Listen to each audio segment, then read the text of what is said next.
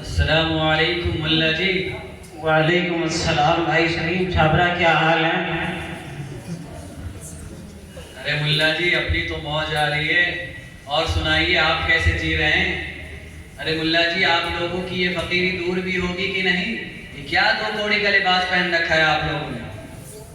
ارے بھائی آپ اپنی زبان سنبھال کے بات کیجئے، آپ کے لاکھوں کا کپڑا کبھی میں مانگنے بھی گیا ہوں، اور آپ جو یہ ملا کر کے ان سب کا مذاق بنانا چاہتے ہیں تو سنیے آپ کہ فانوس بن کے جس کی حفاظت ہوا کرے، فانوس بن کے جس کی حفاظت ہوا کرے، وہ سمع کیا بجھے جسے روشن خدا کرے۔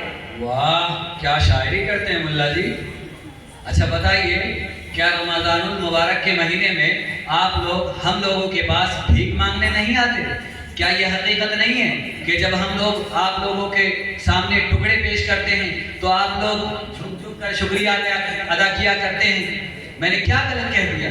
جو حقیقت ہے وہی تو کہا ہے۔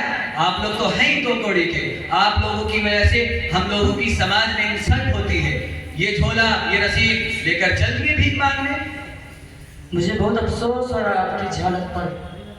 پہلے تو میں سمجھتا تھا کہ آپ صرف معذور ہیں، مگر اب معلوم ہوا کہ آپ ٹھیک جاہل بھی ہیں۔ آپ نے رمضان کی بات جو کہی ہے تو اس کا جواب یہ ہے کہ ہم اپنے لیے نہیں بلکہ مہمان رسول کے لیے مانگنے جاتے ہیں۔ دوسری بات یہ ہے کہ آپ لوگ جو کچھ دیتے ہیں وہ آپ کے پاس اللہ کی عطا کردہ نعمت ہے، جس میں اللہ تعالیٰ نے آپ کو نائب بنایا ہے۔ حقیقی ملکیت تو اللہ تعالیٰ کی ہے۔ آپ نے کبھی دیکھا ہے غریبوں سے مانگتے ہوئے، بیواؤں سے مانگتے ہوئے؟ ہرگز نہیں۔ ہم صرف اس سے وصول کرتے ہیں جو صاحب نصاب ہو۔ آپ لوگ چندہ مانگنے پر ہنستے ہیں، کاش آپ کو آج سے 1400 سال پہلے کا واقعہ معلوم ہوتا کہ خود محمد رسول اللہ صلی اللہ علیہ وسلم نے چندہ دیا تھا، اور اس واقعہ میں حضرت ابوبکر صدیق رضی اللہ عنہ، حضرت عمر رضی اللہ عنہ کا ایک دلچسپ واقعہ بھی پیش آیا۔ جب آپ کو معلوم نہیں تو آپ کو اپنے علم پر ماتم کرنا چاہیے۔ ارے سب پتہ ہے، کیا رسول اللہ صلی اللہ علیہ وسلم کے جھک جھک کر شکریہ ادا کیا کرتے تھے؟ بڑے چلے ہیں تاریخ بتانے۔ ارے ذرا بھائیو دیکھیے ملا جی کو، بڑے قابل بن رہے ہیں۔ آپ لوگ تو دھرتی کا بوجھ بنے پڑے ہیں، آپ لوگوں کی وجہ سے ہم لوگوں کی سماج میں انسلٹ ہوتی ہے۔ ارے بھائی آپ نے جو یہ جھک جھک کر شکریہ ادا کرنے والی بات کہی ہے کسی حد تک ٹھیک ہے کہ کچھ جاہل قسم کے جو مولوی ہوتے ہیں انہوں نے آپ کا شکریہ ادا کر کے دماغ خراب کر دیا ہے، لیکن آپ ہمیں دیکھ لیں، ہمیں آپ نے کبھی جھکتا ہوا پایا ہے نہیں۔ اور ایک بات آپ اپنی اچھی طرح سے اپنے ذہن میں بٹھا لیجیے، جو لوگ واقعی خاتم دین ہوں گے وہ آپ کے سامنے اخلاق تو پیش کریں گے لیکن کبھی آپ جیسوں کے سامنے جھکیں گے نہیں وہ کبھی۔ ارے کتنے ہیں ملا جی؟ 2 4 ان سے کیا ہوتا ہے؟ اعتبار تو اکثریت کا ہوتا ہے۔ آپ جھوٹے ہیں، اکثر ایسا نہیں کرتے اور انشاءاللہ ایسا کریں گے۔ اصل بات یہ ہے کہ آپ لوگوں کو علماء کی حقیقت کا علم ہی نہیں اور ان کے مرتبے اور رتبے سے ناواقف ہے۔ قرآن کیا کہتا ہے؟ حدیث میں رسول اللہ صلی اللہ علیہ وسلم نے کیا فرمایا ہے؟ اللہ کا ارشاد ہے انما یخشی اللہ من عبادہ العلماء۔ دوسری جگہ رسول اللہ صلی اللہ علیہ وسلم نے فرمایا قل هل يستوي الذین یعلمون والذین لا یعلمون۔ تیسری جگہ اللہ نے فرمایا فاسألوا اہل الذکر ان کنتم لا تعلمون۔ چوتھی جگہ اللہ کا ارشاد ہے وَلَوْ رَدُّوهُ إِلَى الرَّسُولِ وَإِلَىٰ أُولِي الْأَمْرِ مِنْهُمْ لَعَلِمَهُ الَّذِينَ يَسْتَنبِطُونَهُ مِنْهُمْ۔ شاید قرآن سے تسلی ہو گئی ہوگی، اب ذرا حدیث پاک سے بھی زبان کے تسلی کا سامان کر لیجئے۔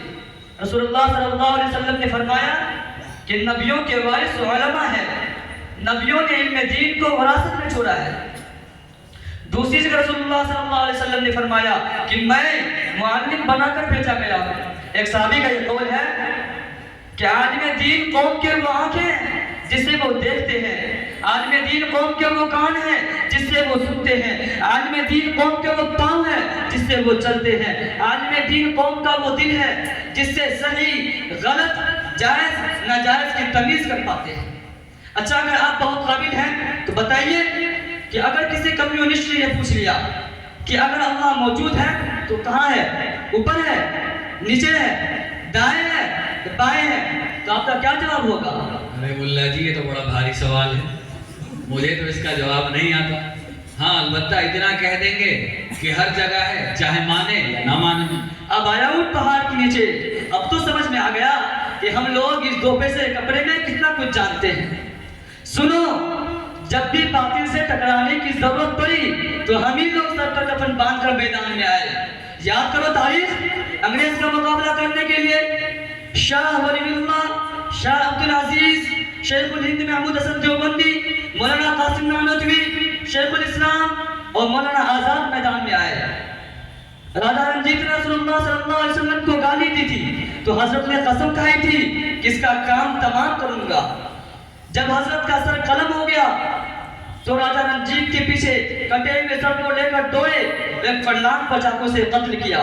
اور سنیے، جب قادیانی فتنہ نے سر ابھارا تو علامہ کشمیر رحمۃ اللہ علیہ، مولانا ثناء اللہ امرتسری میدان میں آئے، اور اتنا ہی نہیں بلکہ آج تک علماء دیوبند اس جماعت سے ٹکرا رہے ہیں۔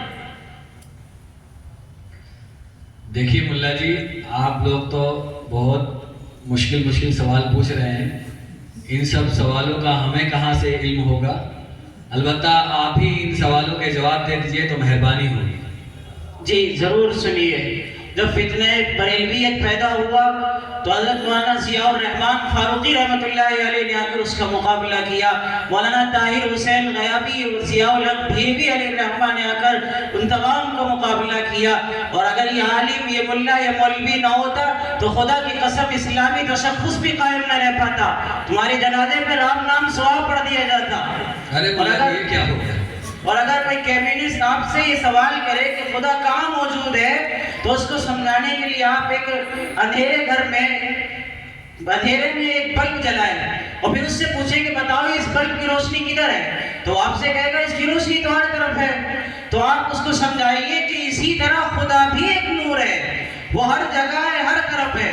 اور اگر کوئی ہندو آپ سے نکاح کے متعلق سوال کرے کہ ایک لڑکی کو آپ نکاح پڑھنے سے پہلے حرام کہتے ہو، اس نے 2 بول بول دی وہ حلال ہو جاتی ہے، تو اسے اس بات کو سمجھانے کے لیے آپ 2-4 گالی دے دیں۔ اب گالی سنتے ہی وہ غصہ ہو جائے گا، پھر آپ اسے سمجھائے بھائی میں نے تو 2 بول بولے تھے، آپ کو کیا ہوا، 2 بول سے کیا ہوتا ہے، وہ اس طرح آپ سمجھ جائے گا۔ اور اس کا دوسرا جواب بھی ہے، دوسرا جواب اس طرح دے کہ ان کے یہاں آپ ان سے کہیے کہ تمہارے یہاں اگنی منڈپ پر اگنی بھگوان کی پوجا کر کے اس پہ پھیرے لیتے ہیں، اس کے بعد وہ لڑکی ویکتی کے لیے ابھی اشدھ تھی، پھیرے لیتے ہی وہ شدھ ہو جاتی ہے۔ اس طرح وہ سمجھ جائے گا، آپ اس طرح اسے اسلام سے قریب کر سکتے ہیں۔ مولانا میرے سے غلطی ہو گئی، واقعی آپ لوگ ہی سچے دین کے محافظ ہیں، ہم لوگ سخت غلطی پر ہیں، لوگوں کے دیکھا دیکھی ہم لوگ بھی آپ لوگوں کو ذلیل اور گھٹیا سمجھتے ہیں۔ اور رہی میرے نام کی بات تو انشاءاللہ اس کو میں ضرور بدل لوں گا۔ اور ملا جی آپ سے میری دعا کی درخواست ہے، اور میرا پیٹرول پمپ آپ کے لیے ہمیشہ حاضر ہے، آپ جب چاہیں تشریف لائیں۔ جی انشاءاللہ ضرور حاضر ہوگی، دعا فرمائے اللہ تعالیٰ مسلمانوں کو صحیح سمجھ عطا فرمائے۔ السلام علیکم۔ السلام علیکم۔